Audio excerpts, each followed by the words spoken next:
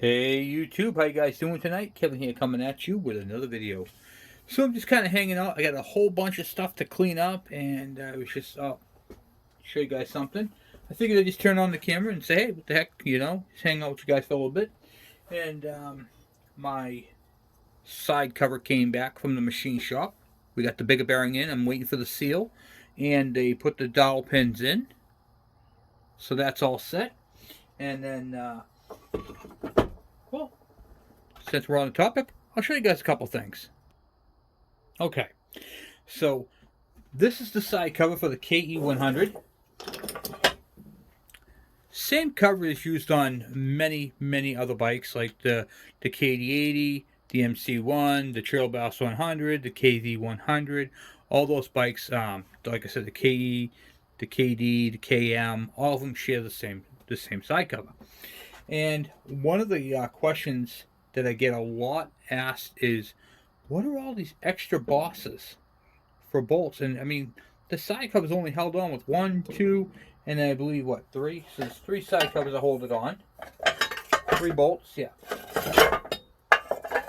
Okay, so if you're using a KE cover, you're using this one, and then this top one over here.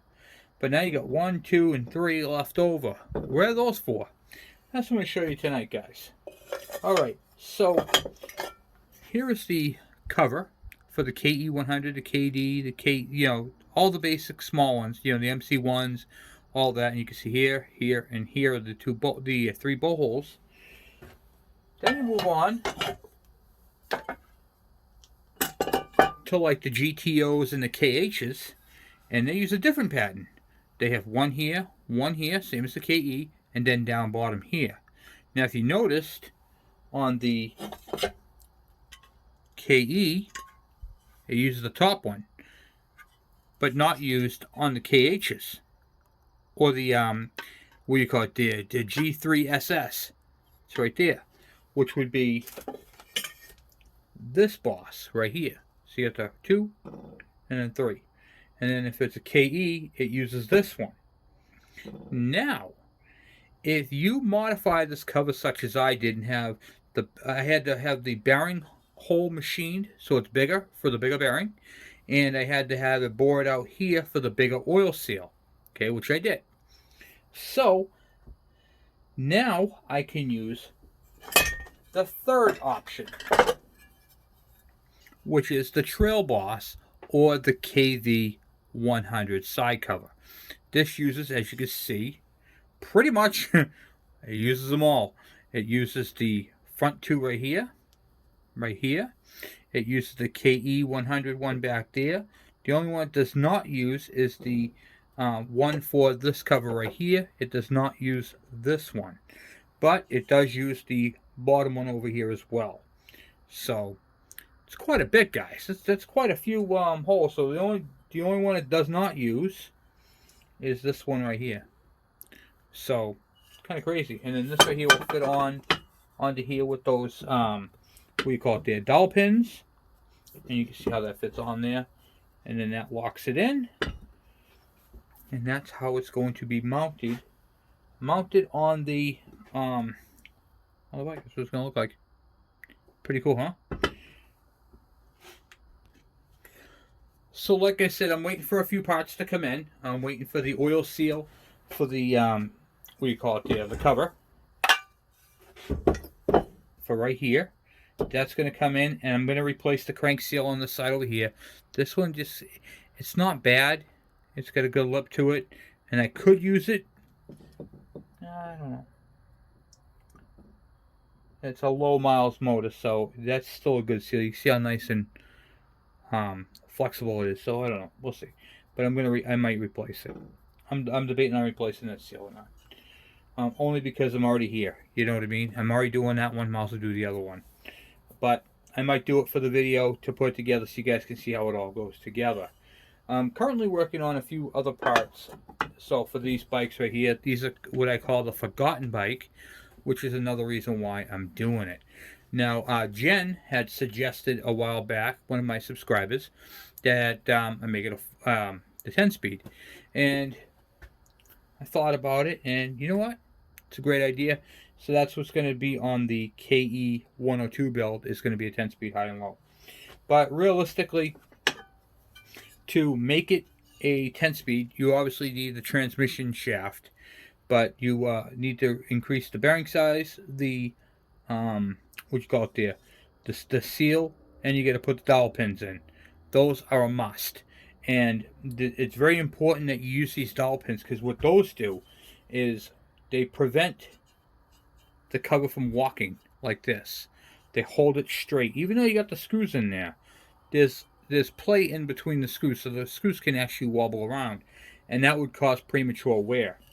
The cool thing about this is all the bolt holes are in the proper spots, so it was really easy for him to just go over to the cover that I sent with him, and take all the measurements, because that's exactly what I did. I sent him 3 covers. I sent him the cover that I wanted to have machined. I sent him the cover that needs to fit onto this, and then I sent them the other side cover that had all the measurements, the proper diameter for here, the proper bearing, the proper diameter for that, and the proper placement for the hole for the dowel pins. So giving the machinist all the information, kind of like when I was talking to you guys, when you guys have a cylinder bored out, make sure you give them the piston that's going to be bored, that's going to be put into that cylinder. Make sure you give them the ring specifications. Make sure you give them all the information that they can use. That's very critical. Remember, when you're dealing with a machine shop, the more information you can give them, the cheaper and the more accurate your part is going to be machined too. That is very critical. Even if you don't think it's important, ask. That's a big thing I do. Always give them all the information. This hasn't been done as far as I know. I don't know of anybody who has a KE100 with a 10-speed, let alone what we're doing. Okay, so this is, as far as I know, all new. I don't know if anybody has done it. If you do know somebody who's done it, please have them contact me, because I would love to talk with them and get their feedback. So we have that going. Now, the machinist that did this work for me, he did the cylinder boring and sent the cylinder out to be nickel on this build. So I want to keep him on this build. He's actually going to be doing the rear sprocket. Now, the rear sprocket on this bike is a 15-tooth sprocket. We're going to 16. So I want to keep this at 16. So that's a thing I'm doing totally separate, though, because I'm using a 50 rear sprocket. So 50-tooth rear sprocket. So with that said, this black cover right here is going on to the white bike that we're doing the expansion chamber on. So I've been kind of plugging away, getting parts and pieces. So I figured I'd show you guys how that's coming out. So let's start to get more parts in for the KE102. And I'll show you guys something also cool.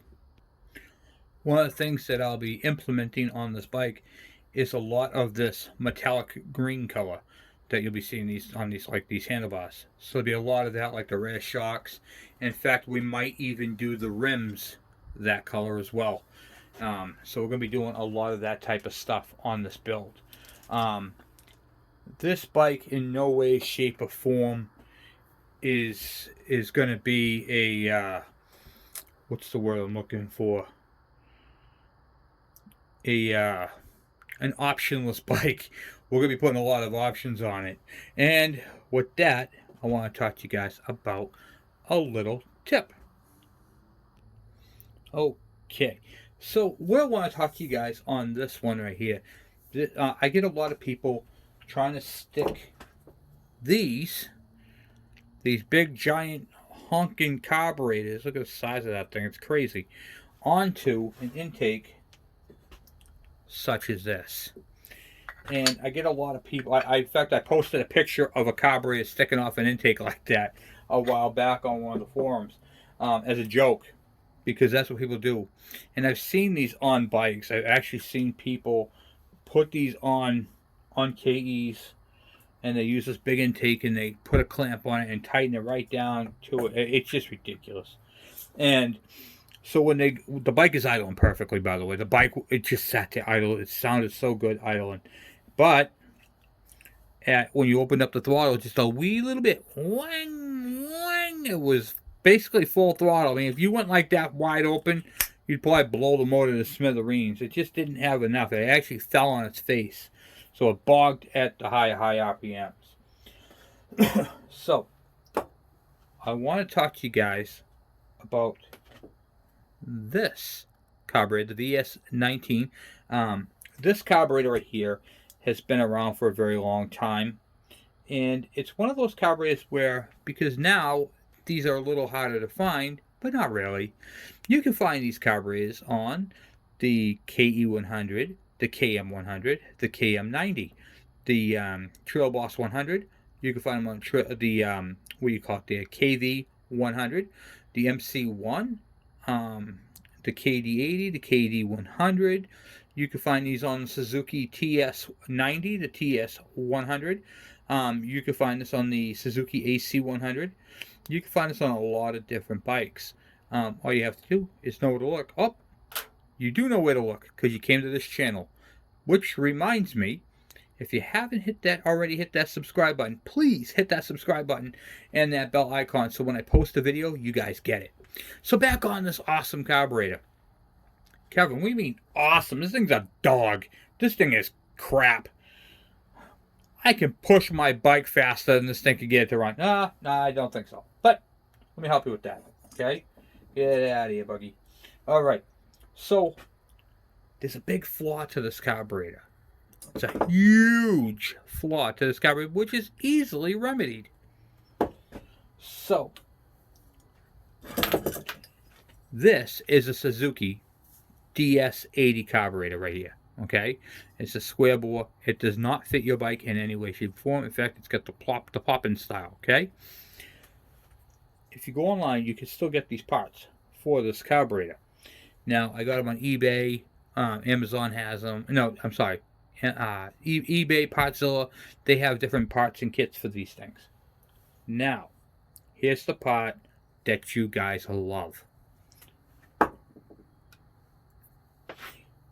Pretty much everything about this carburetor is the same. The orifices are the same, that go through the center of the carburetor. This piece right here, the brass right there that the jet screws into. Okay. Here is the slide right here for the KE100. Now, with my hand here so you can see the needle. Okay, we're not talking about anything else. We're talking about this needle. See how fat this needle is? How wide it is down here? And it's still pretty fat at the tip.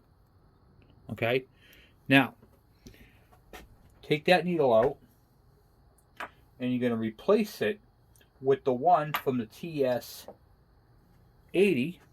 Okay, where is it? Right here. Hey, you ready for this? Focus in. See how thin that is? It's fat at the top. I'm trying to focus you guys in here. Okay, right here. Alright. It's fat right here. It's tapered. And then it goes up to here. And you can see pretty much how, there we go, how narrow it gets at the tip. Okay. Why is that important? I'm going to explain to you. So I screwed this in already. At the bottom of the orifice is your main jet. Okay. This thing doesn't want to focus. Hold on one second. See if I can. Okay. So you got your main jet at the bottom of the carburetor right there. Okay. And then on that side is the orifice. I don't know if you can see that. See how it looks like there's two tubes? Because there is. Okay. So the air flows over the orifice. Through the carburetor right there, and when it does that, it creates a siphon effect. It siphons the fuel from the bowl up into the main jet and into the airstream. Okay?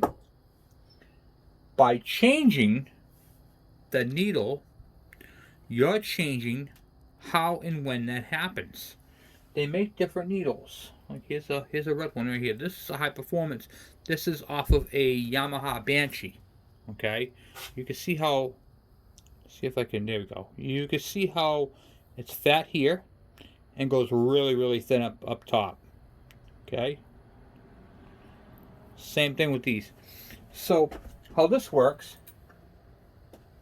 is that center opening right there. The needle sits inside like that and closes it off. When you throttle up, you're taking the slide and you're moving the slide up.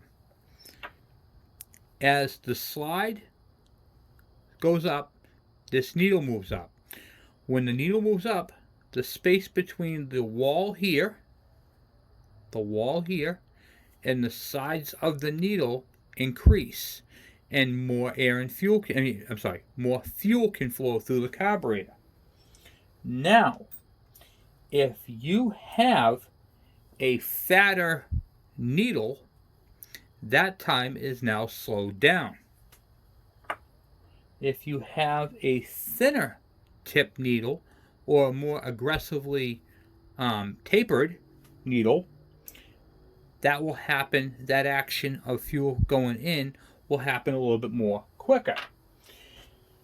So what this means is by the time it hits top end, with a thinner needle tip, okay, as opposed to a fatter one, what's going to happen is you're going to end up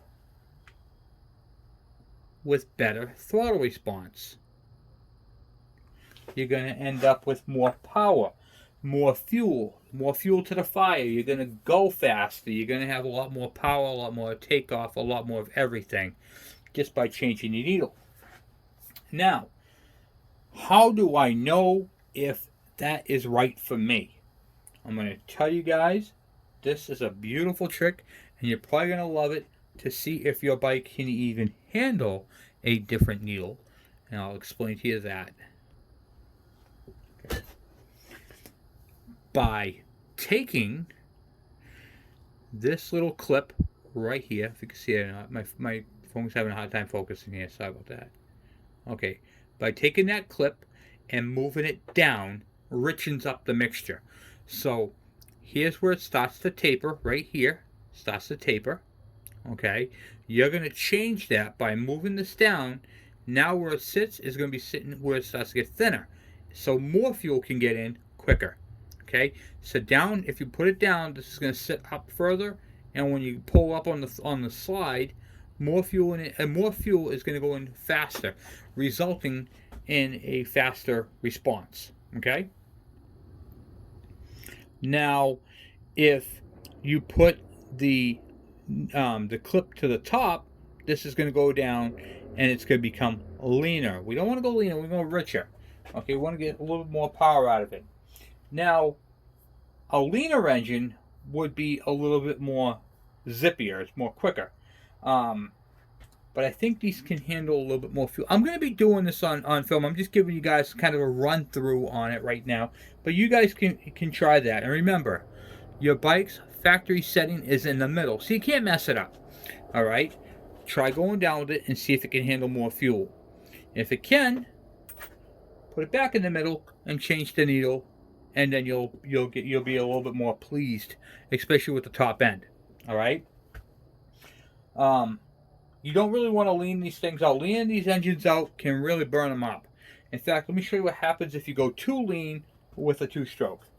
Here's a piston right here, and it actually started to gully, to burn a hole in the piston. Okay? So ultimately, what happens is the flame that's inside the cylinder, when you lean it out, that flame gets hotter, and it gets to the point where it's starting to molt metal. That's where the problem happens. You don't want the things to molt metal. So what I like to do is I like to get the bike all factory with the factory air filter, the factory exhaust, the factory carburetor jet, the factory settings on everything.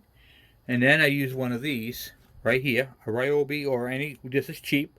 Okay, you can zap it and it shoots a red laser. See the red laser on the bowl of the carburetor?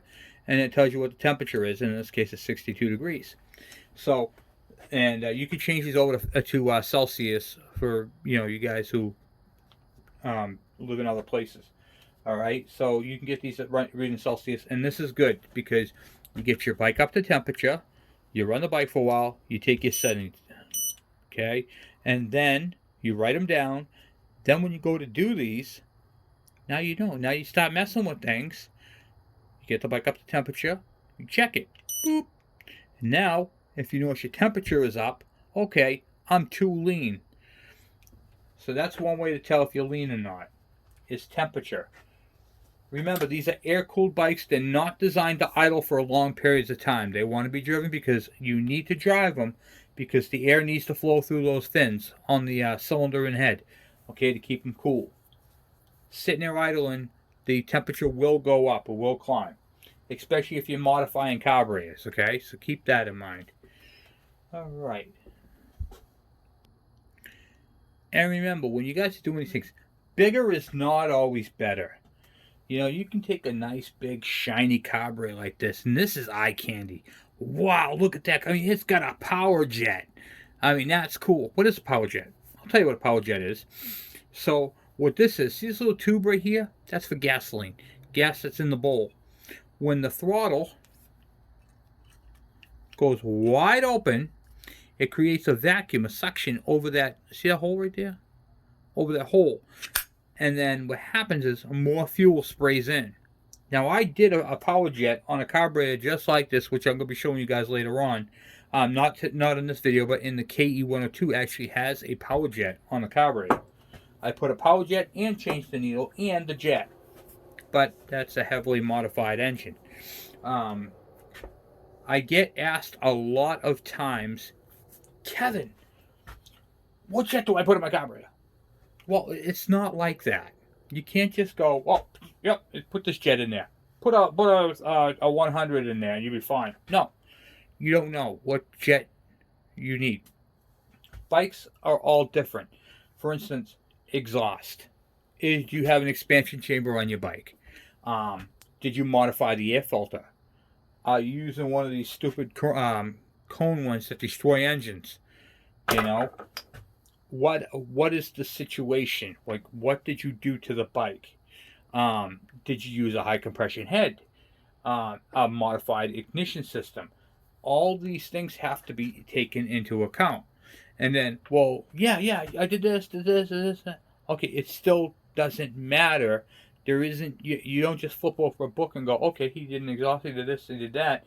This is the jet you use. No, there's a science to it. So what I decided to do, because I've been getting a lot of questions on jetting. So here's what I'm going to do. Not this week coming up, but the following week, my brother and I are going to be finishing off that expansion chamber on the 1987 KE100. What I'm going to do is we're going to get that bike up and going. In fact, I'm going to work on that on film, and we'll get that all hashed out, get that bike up and running. But what I want to do is I want to teach you guys exactly how to properly jet a carburetor. The science behind it, what's involved in it, and then you'll understand. And I'm going to teach you guys some tips and some tricks that are going to make jetting your carburetor a whole lot easier. Okay? Because I watched a few YouTube videos on it to see how other people, did their videos on it. And I'm like, oh my God, is that complicated? Like, why would you, So anyway, we're gonna make it an easy class, and I'm kind of gonna show you the way I do it, and everybody does it differently. And I want you guys to understand something else. If you guys watch another YouTube video and they're talking about jetting, and they do it one way, and then you watch another video and they do it one way, and I do a video and I do it a different way than all three of them, they all could be correct. Okay, I just want you to know this because there are multiple different ways of doing the same thing, okay, on these bikes. So I'm going to show you the techniques that I do, and I try to do things simply, basic, and get right to the point. So we're going to be doing a video on exclusively jetting a carburetor, and we're also going to toy around with a couple of different needles, and I'm going to get into a little bit more on the needle part of it at that time. So that's going to be an upcoming video. I think that's going to help you guys out tremendously, because even though you have a factory bike, you can do a couple of modifications to your carburetor. Even if you have a factory exhaust, a factory air filter, you can change this up a little bit. Remember, when this bike comes off the factory, it has to meet an emission standard. Okay? There is that they said to the bike, the manufacturer, okay, you're building this bike for the United States of America. It's got to meet this emissions criteria. And if you go to, like, say, Pakistan, you'd be like, wow, these bikes over here fly. Wow. That's because they're built to that standard. If you go to the Philippines, same thing. Their bikes just fly. And it really depends on where you go. If you go to the UK, their bikes are basically the same as the US, because, I mean, you guys can watch all the political stuff and watch what goes on in the UN and the clean environment and all that type of stuff. The countries that are all for the clean environment have restricted engines. If they're open and they're like, yeah, no, we're not going to worry about that, then guess what? Those are the bikes that fly. So that's kind of where it is. We in the United States have to go by a happy medium, and we have to obey the emission laws. But even in that law window, there is a little bit of wiggle room. And I'm going to show you guys a little bit more about that at that time. So, pretty cool. Don't try to stuff this much air and fuel through an intake of that diameter. It's just not going to work out good for you. Your bike is going to fall on your face. You can't put the cover on. Then you're going to have this stupid looking thing sticking off the side of your bike, and you're going down the road and you hit a puddle. Where's the water go? Right into the intake, right into the carburetor, and then you're done. Okay, let's not do that. Never run a KE100, KD, or any of these bikes without the air filter and without the side cover. All right. Cool. Got that nailed down. And there was something else I thought. Oh, yeah. I know what it was. One more thing I want to discuss with you guys. I wanted to show you because a lot of people have been having ignition problems lately. And they watch my ignition talk videos. I'm going to show you guys a couple little things real quick. Okay. But I'm gonna simplify it. Okay. So I like simplicity. I like to be able to show you guys simplicity so you guys know what to inspect. So this is going to be about inspections. So this is your stator plate or magneto for your, this is from a KD80, but basically it's the same. You can see these two windows here. That's where your charge coils for your lighting would be. Now this bike has its own charge coil right here. So what I mean by that is, if you don't have a battery in your bike, it doesn't matter, because this right here is only for the lighting. It is not for the ignition, okay, in any way, shape, or form. So I want to talk to you guys about this. So this produces the power to feed the whole system, okay, to feed the coil, all that type of stuff. So how this works is, this is your charge coil for your ignition. So it takes power and it puts it right through the system, comes out this wire, and charges up the ignition coil. Okay, that's what it charges. Now, it charges it when the points are closed.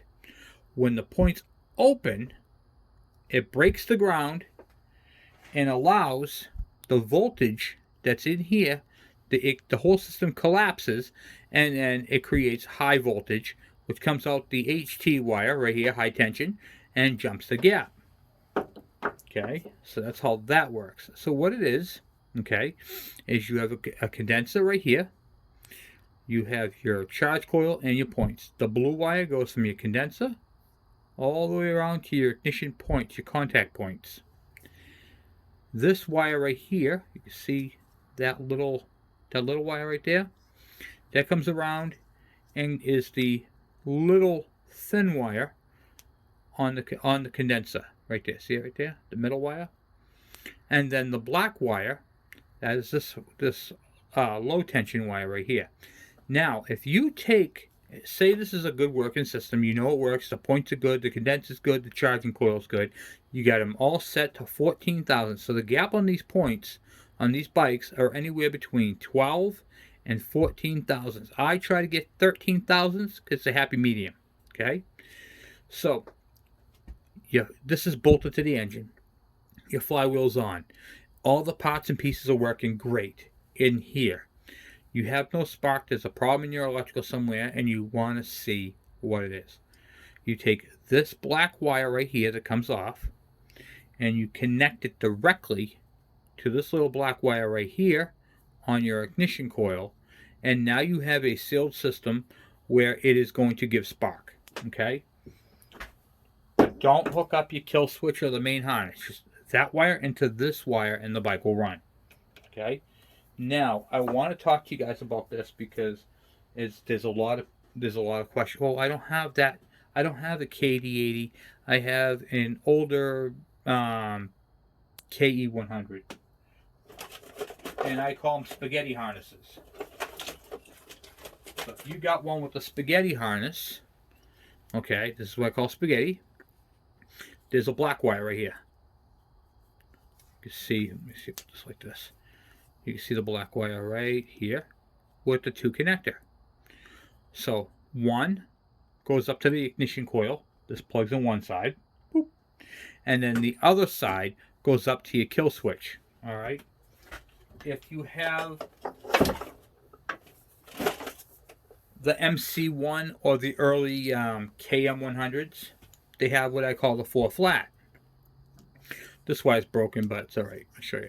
See the black wire? That's your ignition. You jump that to your coil, it'll start. If you have the newer style magneto, where you have the two plug connector, all right, these are for your charging, and then your green one's for your neutral light. This one has a black and white wire. That wire right there goes up to your ignition coil. If you have a newer KE,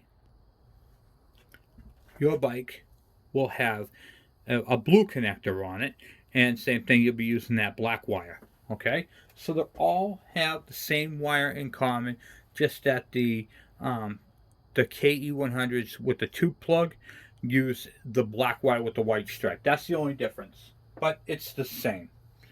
Okay, now a couple of things to look for because these bikes are getting older, and I'm just starting to see this. A friend of mine was having some issues with her electrical system. She goes, "Kevin, I found the problem. It was a ground." Okay, and I got to thinking. I'm looking at some of my stuff, and the grounds are starting to get worn. Okay, so on this ignition coil right here, there are 2 wires. There's always 2 wires. There's 2 of these wires to make a coil work. All coils have 2 wires. But Kevin, this only has 1 wire. Yeah, let me show you the other wire. So if you look right here, you have 1 pin here. That's the black wire. And then you have this pin right here, which is your ground. And all they did was use a piece of wire right there. You see that? Right there, that ground. Right there, going up this. I'm trying to focus you guys in. Okay, well anyway, that wire right there goes up to this metal strap. So you want to make sure you clean up here, the back side of it, the other side, and on this side too as well. So when you bolt this all down, that is your ground. Okay, when I always tell people to clean up the ground, they're like, oh, okay, yeah, but there's no ground on that coil. Is that black wire a ground? Because typically black would be a ground or green would be a ground. Nope, your ground is this little tab right here. This is your ground. Make sure the wire is connected from here to your coil. Upon inspection on the coils, you want to make sure that there is no cracking, no splitting, and that there is no water in it and it feels light. If it feels heavy and you can hear sloshing around inside there, chances are your coil had been breached.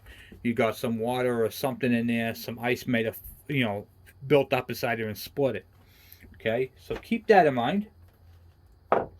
Now for this, okay, a couple of times, I've seen this a few times, you want to look right here, okay? You want to make sure that there is no screwdriver marks, any pry marks, because what I've seen, and this is terrible, instead of buying the tool to remove the flywheel, people have been sticking their screwdrivers in the window of the thing to hold the flywheel. Well, what happens is it goes right across here, it cuts some of these, or it'll go over here, and it will rip off this. See that right, that little copper wire and that solder? That is a ground strap right there. That is the system ground. So the ground here, positive on that side. Okay, and it comes off that way. So you want to make sure there's no broken wires, no broken windings, and see these cardboard pieces here. It's like it's not really cardboard. It's more like a paper, but it's solid, almost like a plastic. Okay, you want to make sure those aren't broken. You want to make sure that they're all intact all the way around. See right here, you're gonna have a gap right there. That's fine, because it's supposed to be there, because there's one on the other side as well. That's so they slide them over the steel.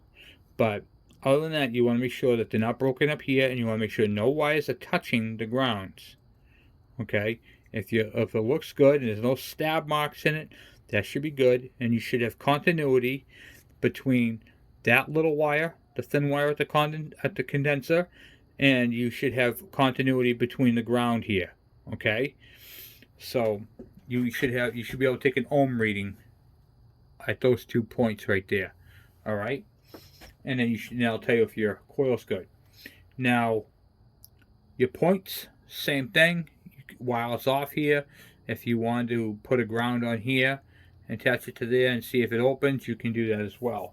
But remember, you might be picking up this ground, so disconnect it.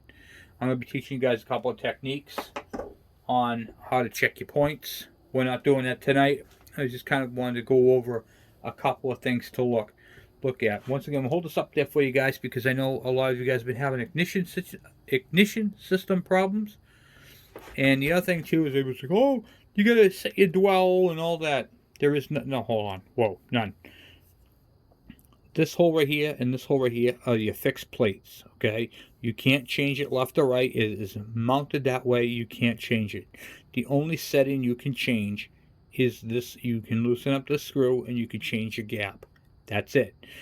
That changing the gap will affect your dwell. But if you set it to the book, which is 12 to 14 thousandths, you're going to be right in that window. And do not forget to oil this felt. If you don't oil this felt, this little piece right here that rubs on the cam on the flywheel will burn out. That's pretty much it for that. So, well, that's all I got for you guys for tonight. I want to just say once again, thank you guys for watching. Thank you for hanging out with me in the shed. And I'm just going to pick up this mess and, what do you call it, head on in. It's pretty late, getting dark, and I have a lot of cleaning to do in here. So, I just want to say once again, thank you guys for your subscriptions, and I will talk to you guys later. I'm out!